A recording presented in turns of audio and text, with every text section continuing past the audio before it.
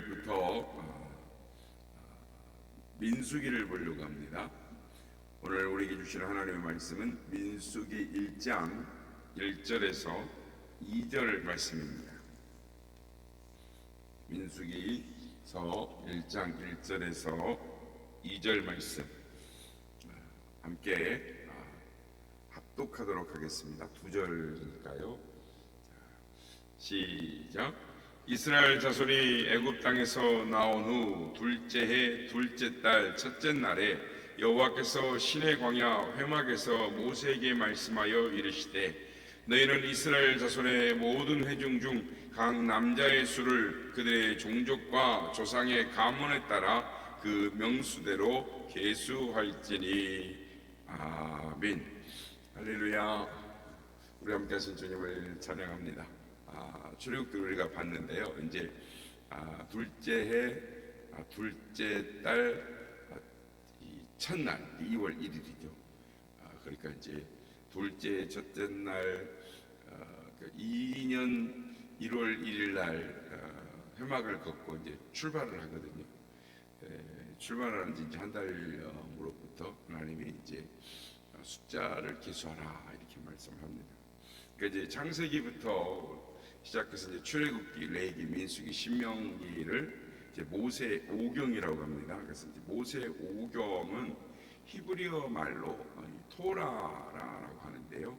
이 토라라는 뜻은 교훈 또는 가르침이라는 뜻을 갖고 있습니다. 그래서 이 모세 오경의 이야기를 옛날 이스라엘의 이 역사다, 그들의 히스토리다라고 생각을 하면 우리 삶에 적용할 필요를 못 느끼는 것입니다.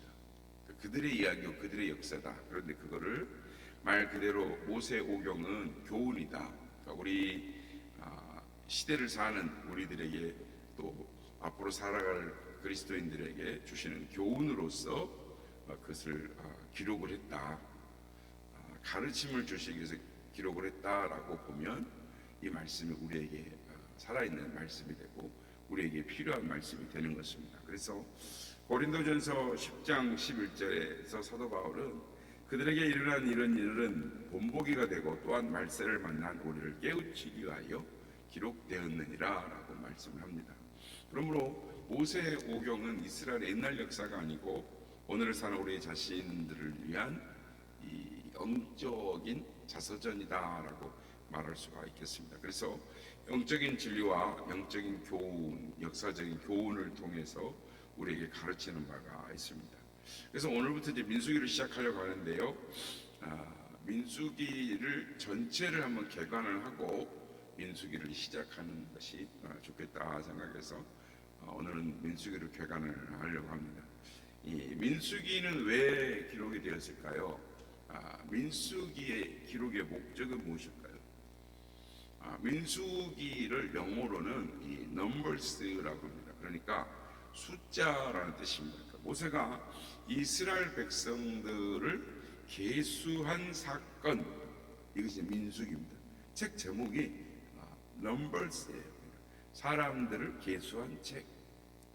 근데 우리는 이제 같은 이야기인데 한자로 쓰다 보니까 백성민자에다가 숫자 민수기가 됐습니다.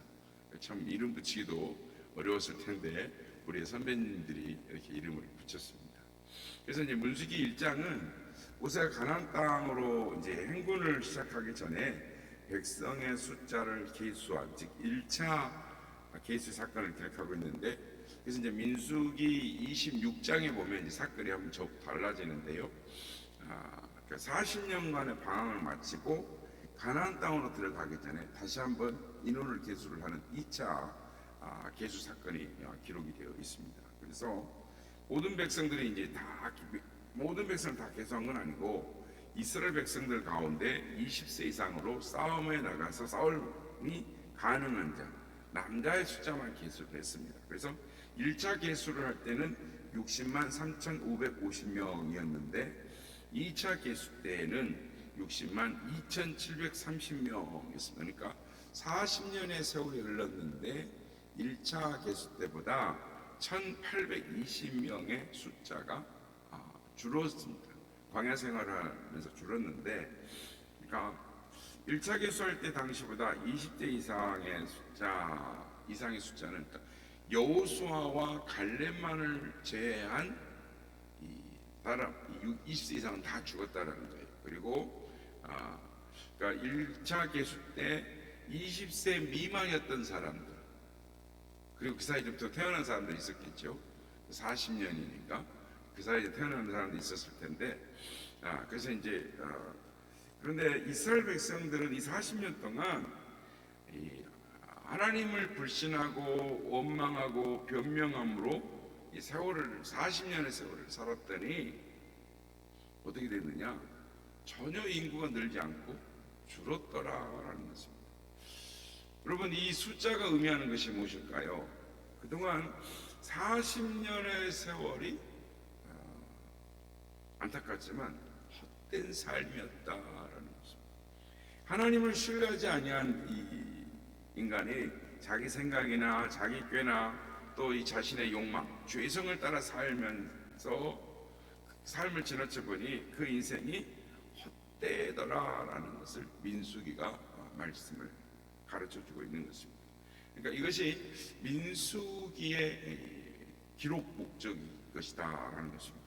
그래서 민수기는 하나님께서 자기 백성들이 믿음과 감사함으로 살 때는 축복해 주시고, 원망과 불평으로 불신앙으로 살 때는 형벌을 주신다는 간단한 진리를 보여주시기 위해서 기록한 책이다라고 할 수가 있습니다. 그래서 민수기는 이스라엘 백성들이 시내산에서 율법을 받고 가나안산, 그러니까 우리가 이제 출애굽기는 시내산에서 도착해서 1년 동안 시내산 밑에서 지내면서 하나님의 말씀을 듣고, 그리고 성막을 만들고 제사의 방법을 가르칩니다. 우리가 이제 레위기는 안 보고 넘어가는데 다음에 레위기하고 신명기하고 같이 보면 또 의미가 있어서 일단 민수기부터 보려고 합니다. 그래서 1년 동안 하나님을 예배하는 법을 가르치고 1년 동안 성막을 만든 다음에 이제 출발을 하는 것이죠.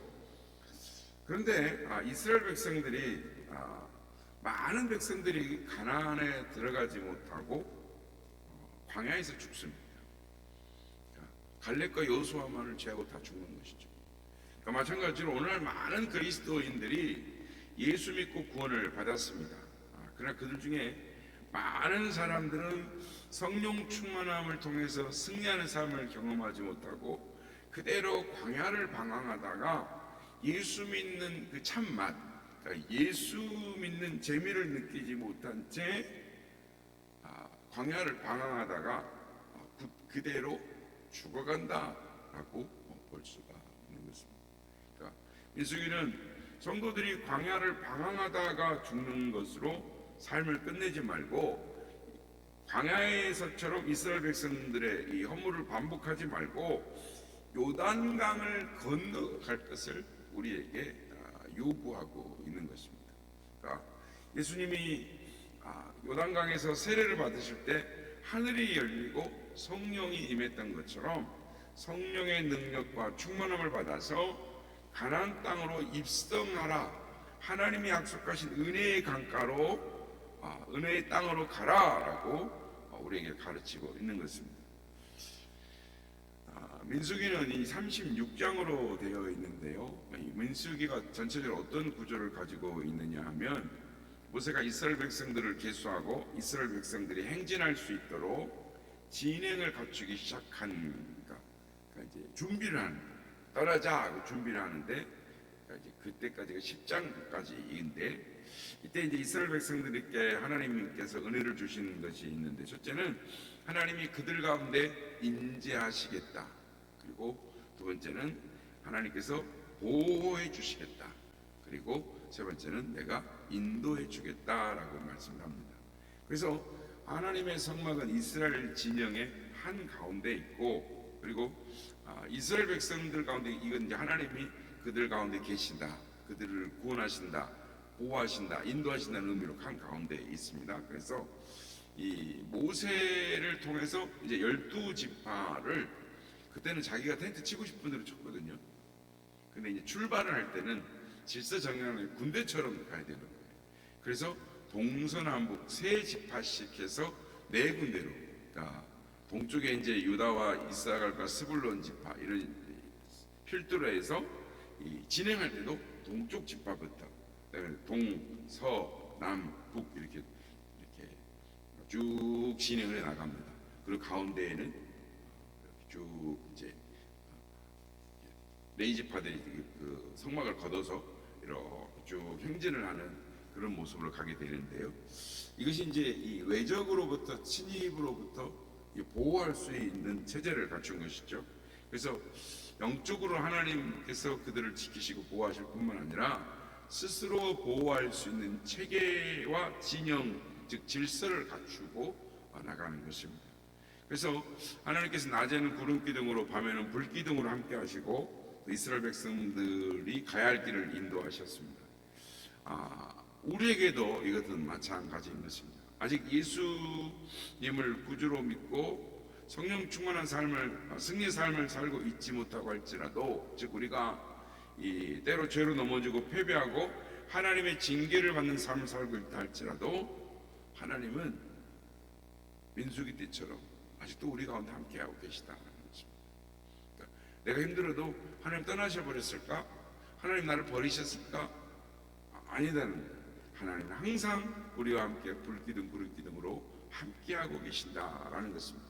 그래서 우리는 이 하나님의 임재하심과 보호하심과 이 인도하심의 이 3대의 축복 가운데 있음을 깨닫고 내가 오만과 불평과 불신을 사는 삶이 아니라 믿음으로 신뢰하며 하나님을 붙들고 나아갈 때 우리에게 가나안의 입성, 하나님의 승리가 있음을 우리는 깨달아야 하는 것입니다. 두 번째로 11장부터 21장 전반까지는 그러니까 10장에는 주로 원망과 반역의 사건이 기록이 되어 있습니다. 그러니까 출애굽한 지 2월 21일에, 그러니까 2월 20일에 구름이 이제 성막에서 떠오릅니다. 그러니까 2월 20일 날 인원을 계속, 하나님이 2월 첫째 날 2월 1일 날 인원을 계속하라 그래가지고 20일 동안 인원이 계속되고 준비를 쫙 진영을 갖추고 나니까 21일째 되는 날, 그러니까 이제 하나님의 성막에서 구름 기둥이 쇠키나 영광이 두 하늘로 떠오르는 거예요.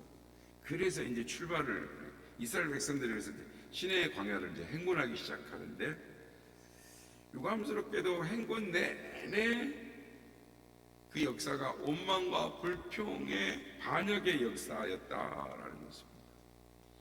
백성들은 예수를 믿고 구원받고 또 불평이 많습니다.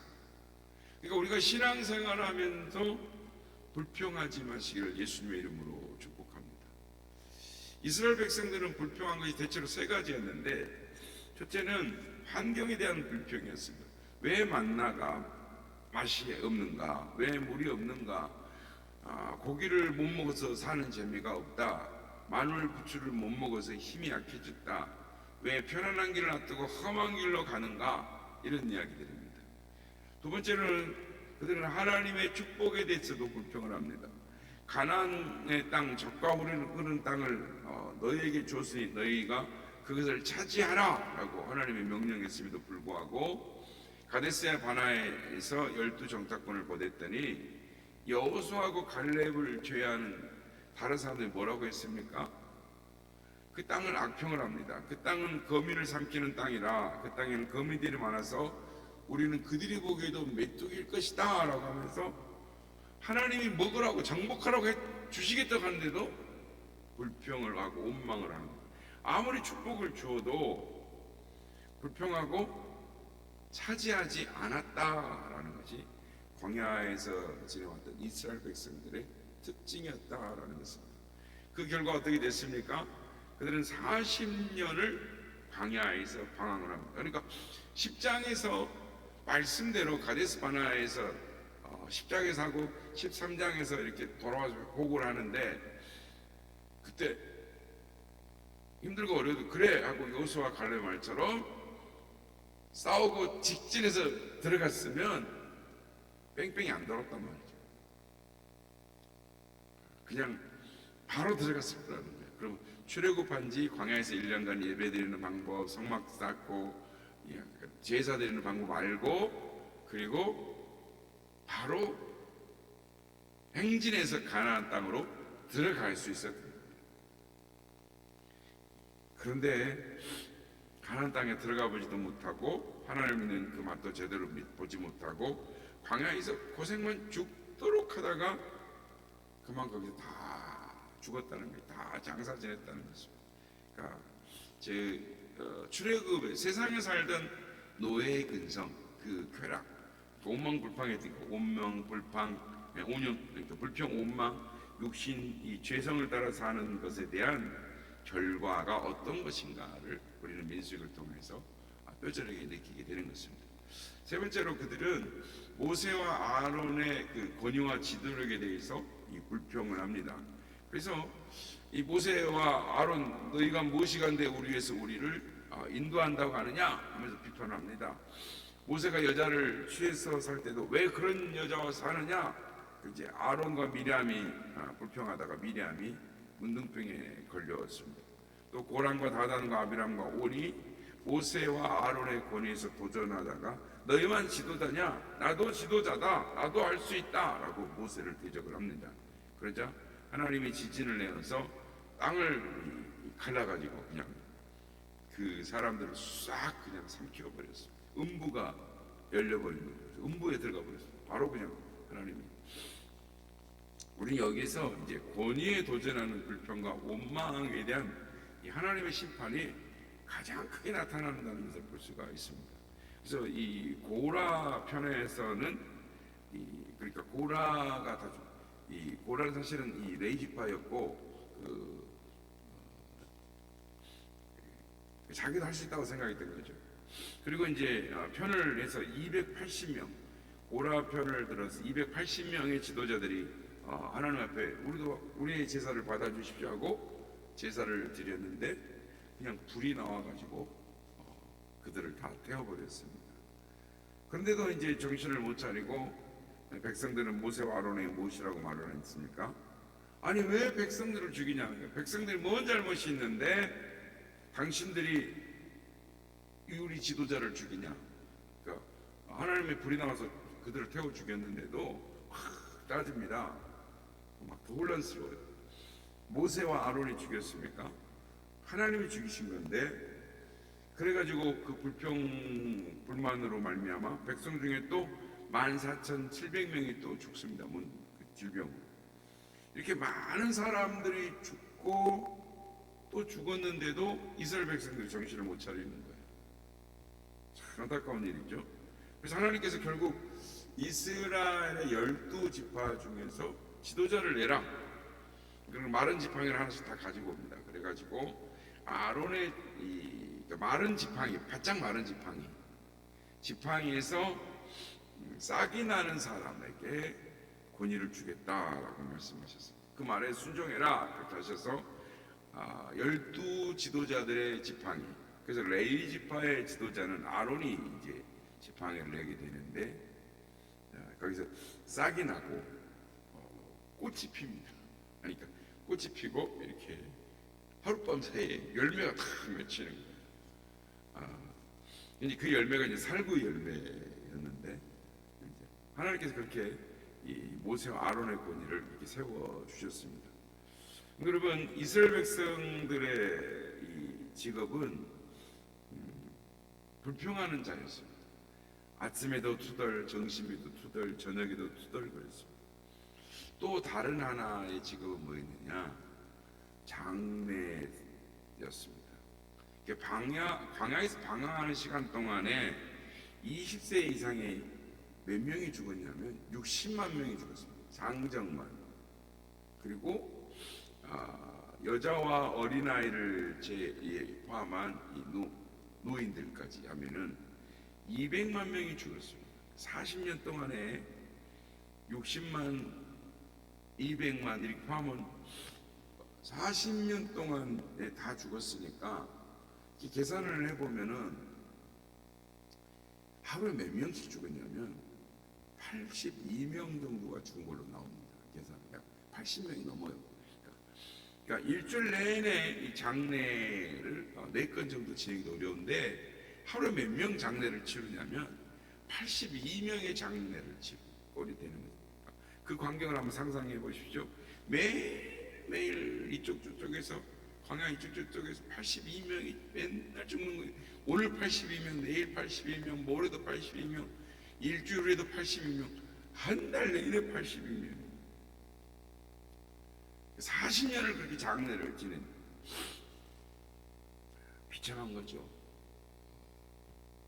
로마서 8장 6절에 보면 육신의 생각은 사망이라고 말씀하는, 결국 이스라엘 백성들의 역사를 통해서 육신을 따라 살게 되면 사망이다라는 것을 우리는 깨닫게 되는 것입니다. 그래서 고린도전서 10장 10절에 그들 가운데 어떤 사람들이 원망하다가 멸망시키는 자에게 멸망하였나니 너희들은 그들과 같이 원망하지 말라라고 말씀합니다. 여러분, 지금은 우리가 비록 성령 충만하지 못해서 성령의 능력이 역사하지 못한다고 할지라도 우리 삶이, 그러나 지금 우리가 광야를 지나가고 있다는 걸 우리 기억해야 합니다. 요단강을 건너 여리고를 지나 가나안 땅에 입성하려고 하는 그 자리에 우리가 있다는 걸 알아야 합니다. 그게 얼마나 힘들겠습니까?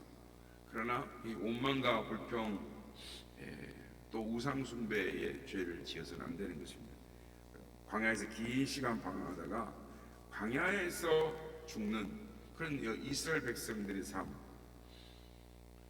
그런 삶이 되어서는 안 되는 것입니다.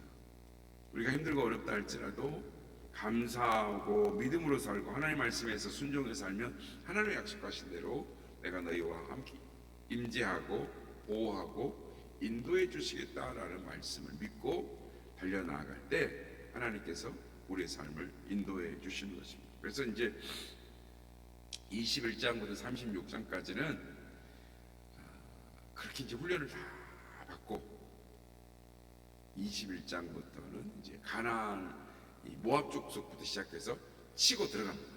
파죽지세로 쫙 치고 가나안으로 들어가는 그 내용이 민수기 내용이 나와 있습니다. 그래서 인생에 있어서 우리가 어떻게 살아가면 승리할 수 있는가를 말씀하고 있습니다. 그러기는 민수기에 나타난 하나님의 이 임재와 보호와 승리의 길로 인도하시는 그 사건을 바라보고 우리 삶 가운데 감사와 찬송으로 하나님 말씀에 순종함으로 내가 믿음의 싸움에서 승리하는 삶을 살아야 되겠다. 하늘나라 입성할 때까지 승리하는 삶을 살아야겠다는 마음을 굳게 다지고 나아가시는 우리 모두가 다 되시기를 예수님의 이름으로 축복합니다. 주와 같이 길가는 것 즐거운 일 아닌가. 우리 주님 걸어가신 발자취를 밟겠네. 한 걸음 주 예수와 함께 날마다 우리 걸어가니. 우리 나이 같은 우리 미련하고 약하나 주의 손에 이끌려 생명길로 가겠네. 한 걸음 주 예수와 함께 날마다 우리 걸어가니. 꽃이 피는 들판이나 험한 골짜기라도 주가 인도하는 대로 주와 같이 가겠네. 한 걸음 주 예수와 함께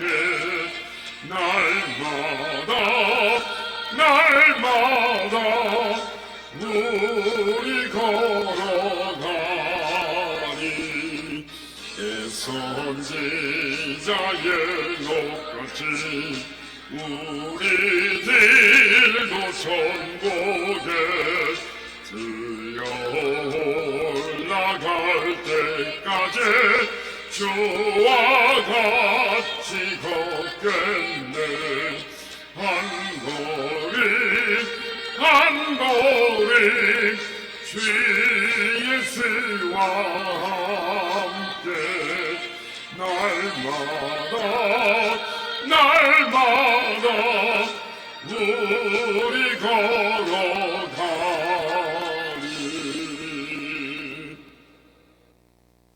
우리는 예수님을 믿고 구원을 받았습니다. 그리고 예배가 무엇인지, 하나님의 말씀대로 사는 것이 무엇인지 우리는 새신자 교육, 신앙의 교육을 받고 세례를 받고 이제 저 천국 도성을 향한 믿음의 여정을 가고 있습니다.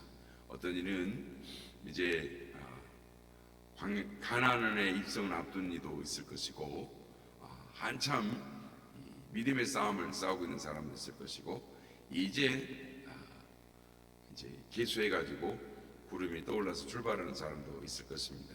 그러나